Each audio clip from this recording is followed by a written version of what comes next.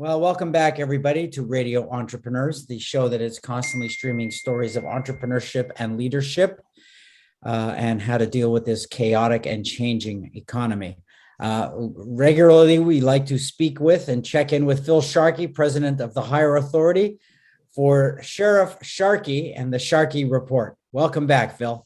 Thank you, Jeff. It's always a pleasure. Great to see you again and speak with you again. And I want to jump right into it, Jeff, because I got a lot of numbers. I know how you like my numbers about the summer season, and everybody's happy and to be out and about finally. And I'm going to talk about the employment scene out there regarding safety and the numbers I see. And I just did my blog that was sent out recently, and I want to show you some numbers that we have for these different industries for summertime. Right. First of all, Jeff, I always tell you 30% turn out fraudulent in a background check. And I think often you're surprised the number's not higher, but I stress to people, that's 30% of people that sign a release and know we're doing a background check. I know If it was random, that number would be through the roof, probably double that. Wow. These are people that look at you and sign, and you tell them, Jeff, I'm going to have you sign a release. Anything I should know? And they're like, no, go ahead. And 30% turn out fraudulent. So it's a gigantic number when you really think about it. So here's my numbers for you. First of all, restaurants. We're all going to be going out. Hopefully, I know service is slow. They can't get enough people. But my blog showed that the FBI, the Federal Bureau of Investigation, says that restaurants are the number 8 location for violent crimes. We're talking homicide, rape, robbery, aggravated assault, property crimes such as arson, burglary, larceny and theft, and motor vehicle theft.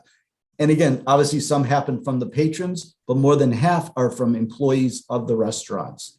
So, I mean, it's a huge risk factor out there. Not that we shouldn't go out to restaurant, but if you just do the background checks, you're going to mitigate your risk so much. And I see many employers, we have a lot of restaurants as clients, pushing that to the side because they can't get people. Imagine that one restaurant, a beautiful place on the Cape, for example, and you didn't take the time to spend $100, $150 on a background check and could have kept that person out of your employ. It's poor business in my humble opinion.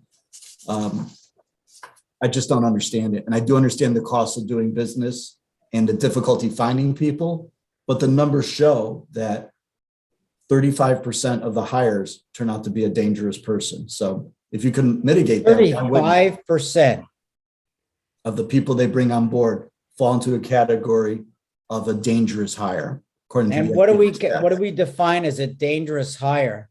They're saying people that have a past history in crime and the people that have a history as far as falsification of their job application and not being who they say they are.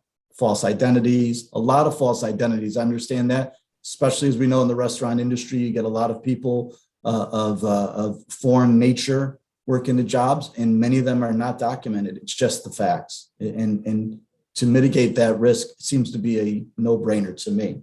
So the most common thing I hear today, you talk about supply chain problems, but we have human supply chain problems.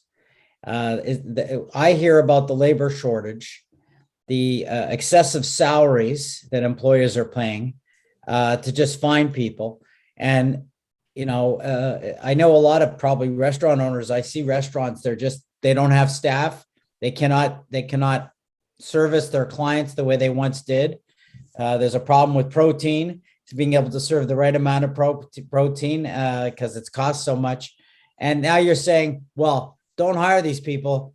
Let's screen them. And I'm sure they're saying, I can't afford to screen them. They do push back so hard, and you're so right. And what I say is, I don't say don't hire. I just say, let's do a background check and go from there.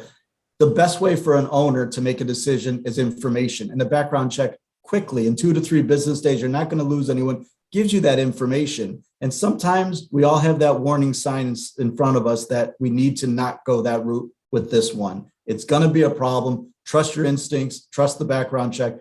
Usually when it's going to be a problem, it will be a problem. It's going to cost you 10 times more the headaches than not having that staff or that person that can't run the food out for the waitress. It's just going to happen, and it will happen. We see it in today's crazy world. Let's move on to hotels. We do a lot of hotel clients, Jeff, a lot. And as you can assume, I know it's always our risk. While some hotel theft is committed by guests or their visitors, hotel staff embezzles money, credit cards, jewelry, clothes, and electronic gadgets, Ladders, a recruitment and job-seeking organization, published a survey written just last year that says almost half of the housekeepers have stolen something from a guest. So I understand there's a high turnover. Half have stolen something from a guest. So they said the survey found that 43% of all the professionals surveyed disclosed having stolen property items from a guest at least once in their career, with cash and technology being the most frequently looted item. I know when we all stay in a hotel, I know that's my number one concern, especially because I'm insane with this field, but I know that's everyone's concern. And it's rightfully so. It's a lower economic, usually hiring group. And they, again, the numbers say half of them have stolen in the past, and they get repeated jobs. Many hotels do not take the time to screen. We screen for quite a few, and I commend them. And they do surface unbelievable negativity. And every time I do check into a hotel, when I do go, they always say, "Oh, your room is totally safe, sir." It's of course it's business, or even the person you check in with also has so much access. That clerk or the night clerk, where you give the credit cards over to them, there's no other way to do it, right? That's what we all do when we check into a hotel. That person and their integrity is paramount to your identity and your credit card. So another field that, for a criminal check only, you can mitigate problems, and a criminal check will cost someone between $50 to $75. And I know we have staffing problems, but it's that yin and yang, right, Jeff? Are you going to risk your business and your name and the publicity and the marketing hit that you would take from a major theft?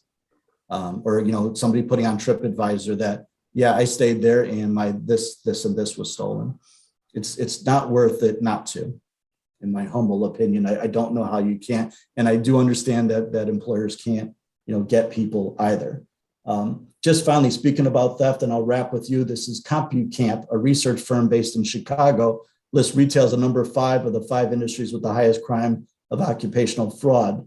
They say that revenue loss and even ultimately filing for Chapter 11 bankruptcies are the risks business owners face as they maintain operations. And these are for companies with less than 500 people, which is probably most of our listening entrepreneurs out there. It's estimated that employee theft causes 33% of corporate bankruptcies in the US. And again, that's linked to employee theft. So 1/3 of small business bankruptcies, they're attributing to employee theft. Wow. So, well, that I'm not surprised. I mean, bad controllers, bad bookkeepers, I see it all the time. And employers say, "Oh, I trust that person." Right.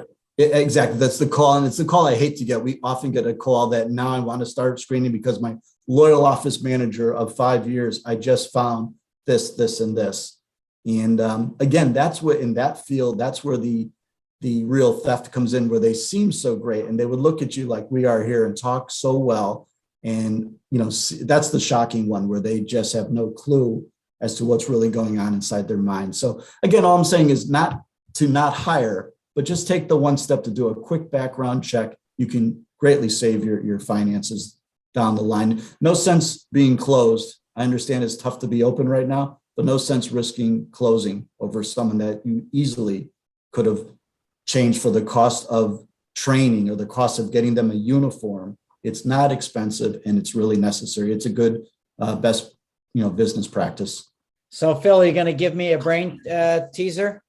I don't have a brain teaser for you necessarily, but I do have a sort of superstar in the lying field as we're talking about. And we're going to wrap with Jeff. This is the Dr. Laura Callahan, and she was a Homeland Security IT chief. And what a position. I mean, it's the person who was in charge to manage the database of all the terrorists coming into and out of our country. And she had claimed that she had 3 degrees, PhD degrees, and it was found to be that all three were purchased from an online diploma mill within the space of 1 year. So again, never went to the colleges, never physically was boots on the ground studying, but went and paid good money and got 3 degrees in a short time from an online school. And we can discuss the pluses and minuses of that. But she, again, was only the Department of Homeland Security Deputy Chief Information Officer. So it's not just the local mom and pop shop that hires someone who's fraudulent. So that's as high as it goes. Wow. Good stuff. So happy summer. That's unbelievable, Phil. I don't know what to say. That's a good one.